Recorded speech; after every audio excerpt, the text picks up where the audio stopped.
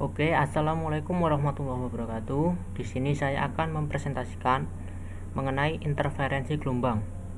Tapi sebelum itu, saya akan memperbesar gambarnya terlebih dahulu. Saya akan menghilangkan gambar saya.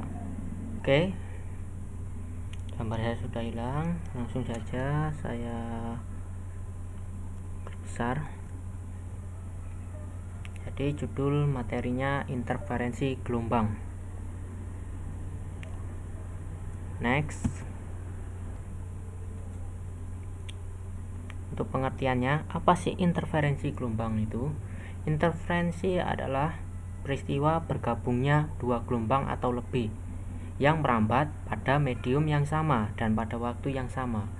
Jadi seumpama ada medium, terus ada dua gelombang yang berlawanan arah dan bergabung menghasilkan gelombang yang lebih besar atau gelombang yang lebih kecil menghilangkan gelombang, itu disebut dengan interferensi. Next, langsung. Ternyata interferensi dapat bersifat membangun dan merusak. Gimana bisa bersifat membangun? Bersifat membangun jika beda fase kedua gelombang sama dengan 0, sehingga gelombang baru yang terbentuk adalah penjumlahan dari kedua gelombang tersebut. Dan bagaimana bisa bersifat merusak? Bersifat merusak fasenya adalah 180 derajat, sehingga kedua gelombang saling menghilangkan.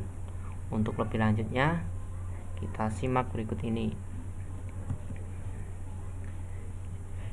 Ini gambarnya. Interferensi dapat bersifat membangun dan merusak. Ini yang saling menguatkan atau membangun, interferensi maksimum, dan ini interferensi minimum atau saling melemahkan. Nah, dari gambar ini kita tahu bahwa gelombang 1 dan gelombang 2 arahnya itu sama. Arah untuk lembah, arah untuk bukit dan lembahnya. Sedangkan untuk minimum, arah bukit dan lembahnya itu saling berlawanan. Untuk lebih lanjutnya, kita next. Nah, jadi dengan menggunakan konsep fase, interferensi tadi itu kan ada dua, yaitu interferensi konstruktif. Konstruk itu membangun atau saling menguatkan, terjadi bila kedua gelombang yang berpadu memiliki fase yang sama dan menghasilkan pola terang. Amplitudo gelombang paduan sama dengan 2 kali amplitudo tiap gelombang. Untuk yang kedua yaitu interferensi destruktif atau saling melemahkan, terjadi bila kedua gelombang yang berpadu berlawanan fase dan menghasilkan pola gelap. Amplitudo gelombang paduan sama dengan 0. Kita lihat grafiknya seperti ini, seperti grafik tadi. Ini untuk gelombang 1 dan gelombang 2 sama arahnya ini, maka akan menghasilkan gelombang yang lebih besar. Bukit akan menghasilkan bukit yang besar. Nah, untuk yang destruktif itu sebaliknya. Di sini gelombang 1 itu bukit, gelombang 2 lembah, sehingga akan menghasilkan gambar seperti ini, garis lurus. Ibarat saja gelombang pertama ini yang bukit itu plus karena arahnya vertikal, dan yang bawah ini minus, negatif. Plus ketemu minus maka akan saling menghilangkan, jadi terciptalah gelombang seperti ini atau melemahkan gelombang yang sering disebut interferensi destruktif. Next. Ini untuk gambarnya tadi.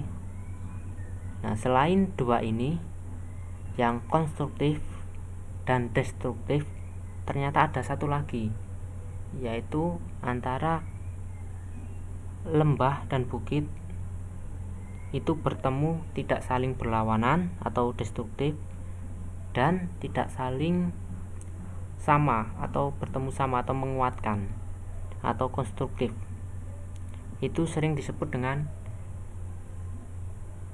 interferensi parsial atau destruktif sebagian. Gambarnya seperti ini gelombangnya. Langsung saja next. Setelah kita meninjau dari grafik tadi, maka didapat prinsip interferensi gelombang, yaitu jika pada suatu tempat bertemu dua buah gelombang, maka resultan gelombang di tempat tersebut sama dengan jumlah dari kedua gelombang tersebut. Jelas seperti yang tadi, peristiwa ini disebut sebagai prinsip superposisi linear. Gelombang-gelombang yang terpadu akan mempengaruhi medium, kemudian pengaruh yang ditimbulkan oleh gelombang-gelombang yang terpadu tersebut disebut interferensi gelombang. Yang kedua itu prinsipnya apabila yang bertemu adalah bukit dengan bukit yang amplitudenya masing-masing A, maka amplitudo yang terbentuk akan menjadi A plus A sama dengan 2A. Ini berlaku untuk yang konstruktif, interferensi konstruktif. Ini disebut superposisi yang konstruktif atau menguatkan. Amplitudo yang terbentuk pun berupa bukit yang lebih tinggi.